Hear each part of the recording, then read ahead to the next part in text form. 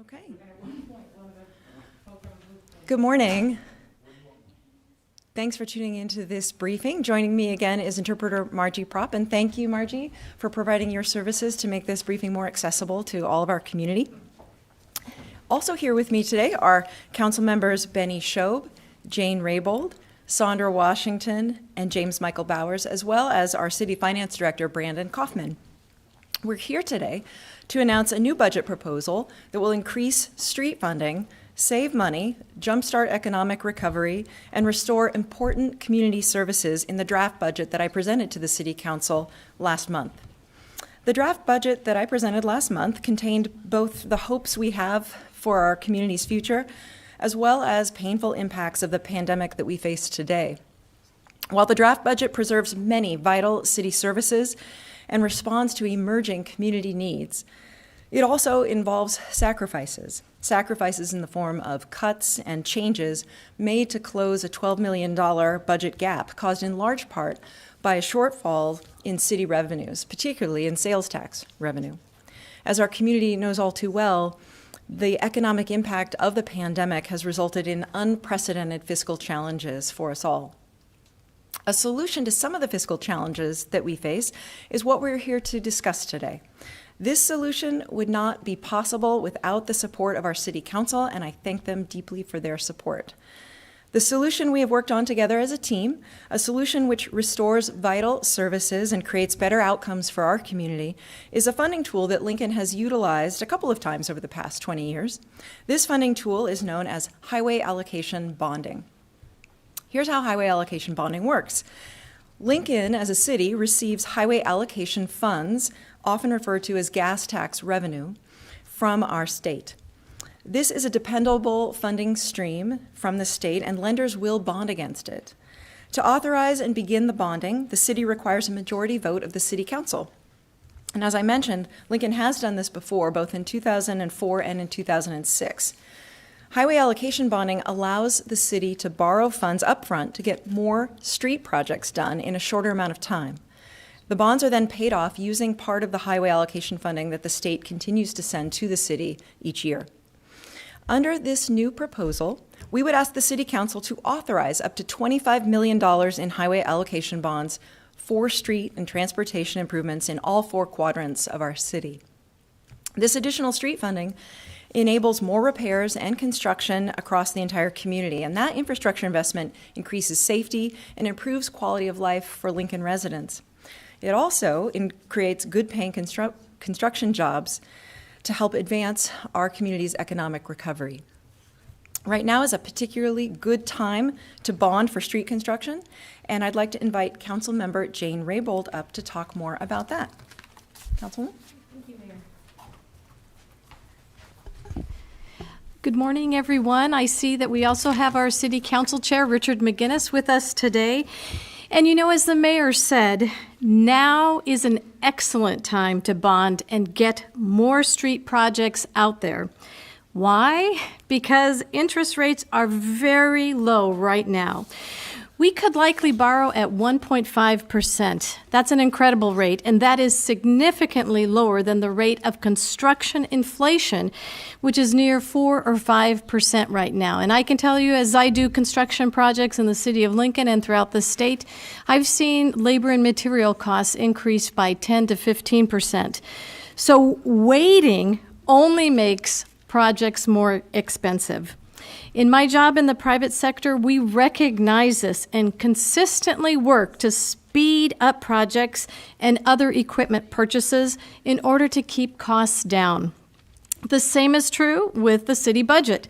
Using highway allocation bonds to build projects now actually saves taxpayers money because these projects cost much more to build in the future.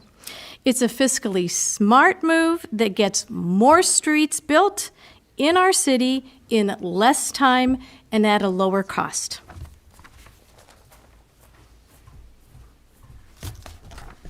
Thank you, Councilmember Raybould. The economic case for highway allocation bonding is clear and compelling. In order to ensure that new projects are completed as quickly as possible, we would propose a minimum of $5 million in additional funds each year. However, I've asked our Lincoln Transportation and Utilities team to determine a draft streets package over the next few weeks and that would maximize our investment. Our hope is to push that number significantly higher. The package of street improvements would go through the normal capital improvements projects amendment process with Planning Commission and City Council review, public hearing, and input. We also have fortuitous timing for bonding because the previous highway allocation bonds that I mentioned before, the ones that were issued in 2004 and 2006, will be paid off soon. We currently have funds in our budget to make payment on those old bonds. And when those old bonds are paid off, the same funding will cover the payments on the new bonds. In fact, the payments on the new bonds will actually go down, and for two reasons. One is that we are borrowing less money than we did in 2004 and 2006. And the second is that the interest rate will be lower on the new bond. This is a little bit similar to what LPS does with their bonding for school projects. So our proposal to use highway allocation bonding to invest significant additional dollars improves quality of life, supports economic recovery, and saves money on future street construction costs. In normal budget years, these reasons alone would be good enough to go forward with it. Yet this proposal also creates an additional budget opportunity specific to this difficult pandemic budget year. Because this creates significant additional street funding, we actually put ourselves in a position to free up general revenue funding to restore library hours, sidewalk funding, and park improvements. And remember, while funding like highway allocation bonds must be used only for transportation projects, general revenue is used throughout the budget for any number of purposes. Here to highlight those different funding sources and the requirements associated with them is City Finance Director Brandon Kaufman. In particular, we want to make clear that the quarter-cent sales tax funding for streets approved by Lincoln voters is completely separate and unaffected by this action that we are proposing today. Director Kaufman? Thank you, Mayor. So the vast majority of CIP transportation funds, over 96%, come from sources other than general revenue. So, and those funds include the 4-cent sales tax the mayor mentioned, wheel tax, impact fees, federal funds, highway allocation dollars. All these transportation funds are closely controlled and must only be used for street and other transportation purposes. In addition to the transportation-specific funds, the city also uses some of its general revenue collected from sales, property, occupation, other taxes to help with transportation funding. Out of the nearly $47 million in the CIP transportation budget, only $1.785 million is general fund revenues. These general revenue dollars are discretionary and can be spent on anything in the budget, not just transportation purposes.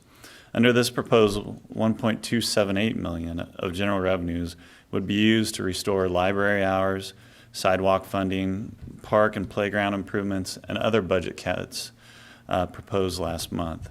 At the same time, a minimum of $5 million in new highway allocation funding increases CIP street funding to over $50.4 million. So to sum it up, all transportation-specific funding is spent on streets and other transportation projects. The 4-cent sales tax funding is unaffected by this proposal. There are general revenue dollars that can be used to restore other general revenue cuts. And even with that part of the general revenue dollars being transferred, the infusion of additional highway allocation dollars causes overall street funding to go up significantly. I'll be working with Lincoln Transportation and Utilities to identify the total project investment they believe we can go out to bid and get started within the first of the year. But it will be at least a minimum of $5 million and very likely more than that. My staff and I continue to work to ensure mayor and council members have the information they need to craft the city budget.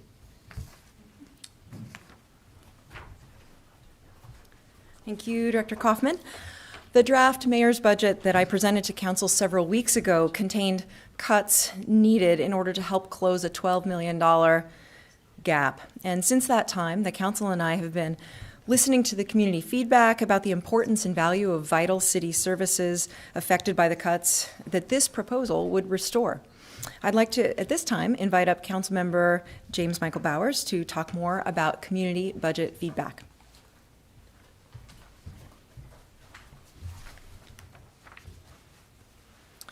Thank you, Mayor. Let me start by saying that I'm very proud of the work we've done with the mayor to restore these important community services that support our families and our children.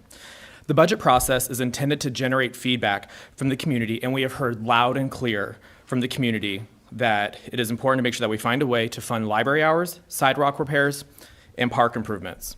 Our libraries in particular had an important impact on me when I was growing up.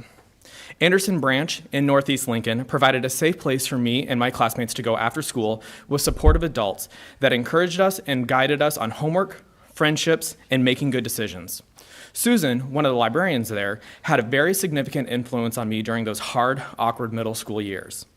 Public spaces like libraries, parks, and community centers are critical resources for learning, nurturing, and growing our community. So I'm especially pleased that we are able to create a budget solution to continue to provide the same safety, support, and opportunity for the next generation of kids and families across Lincoln. Thank you, Mayor. Thank you, Councilman Bowers. I really appreciate how you and the rest of the City Council work hard to stay in close touch with your constituents and their priorities. Together, we can all work to ensure that the city budget supports a wide range of those important community priorities. And to discuss more about this, I'd like to first invite up Councilman Benny Shobe to come forward, and then after him, I'd be honored to have Councilmember Sandra Washington come forward to speak as well. Over to you, Councilman.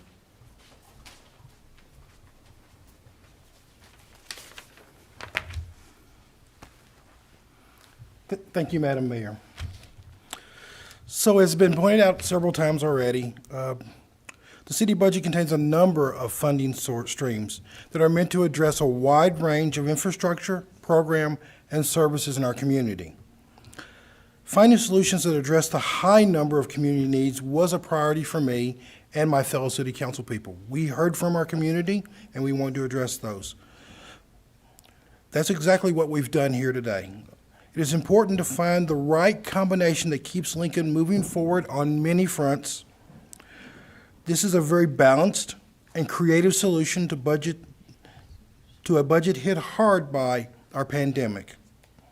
It adds funding to both streets and for community services like parks and libraries that protect and build our great quality of life here in Lincoln.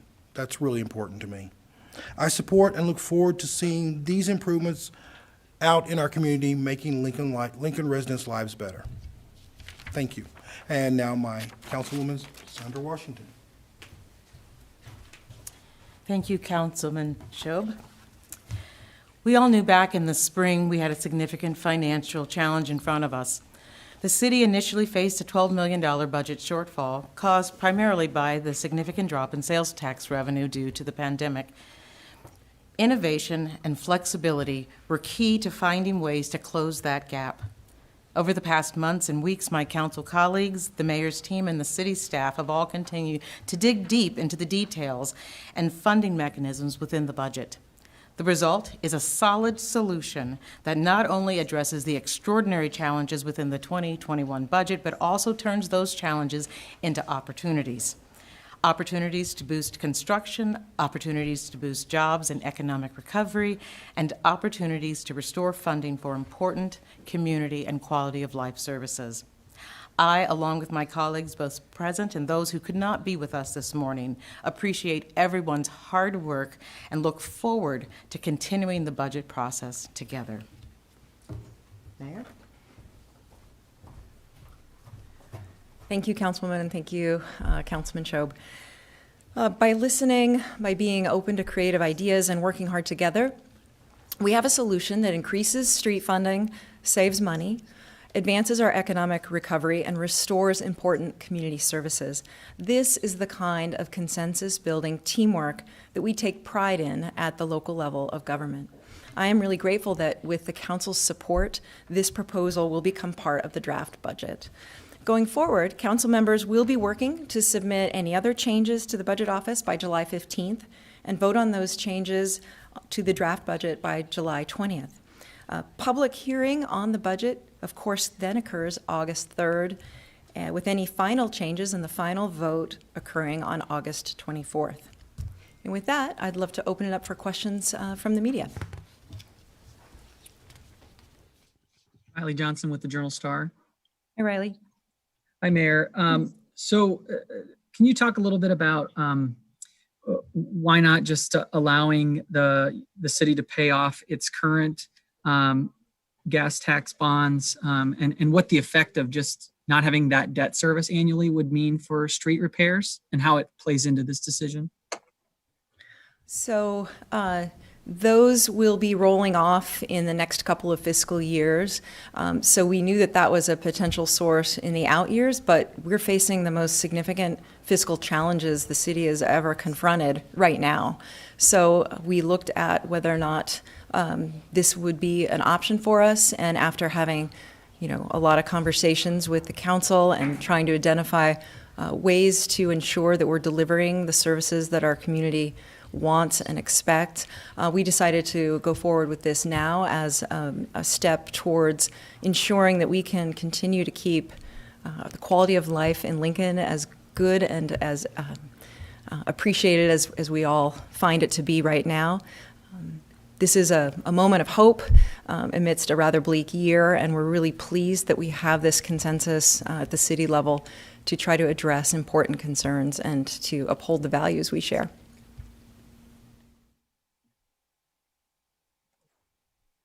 I had another question for Brandon Kaufman. Okay.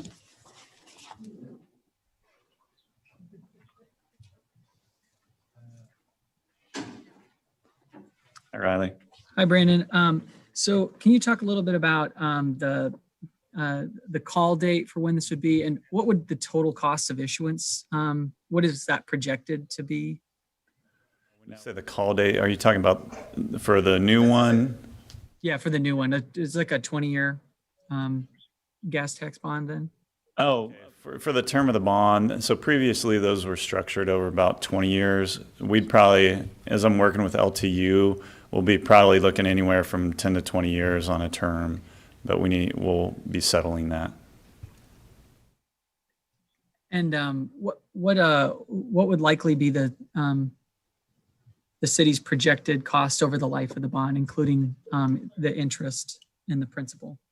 And that's something I can get back to you on. I mean, likely the payments are about $1.5 million a year, but I'll get you some of that information. Thank you.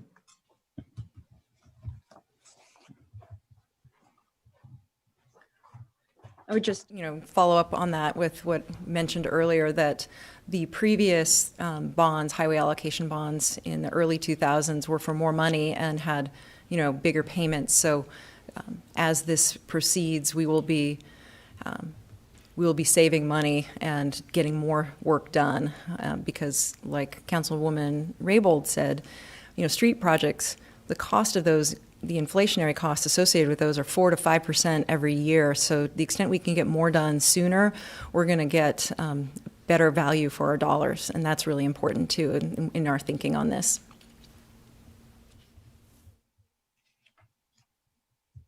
Other questions?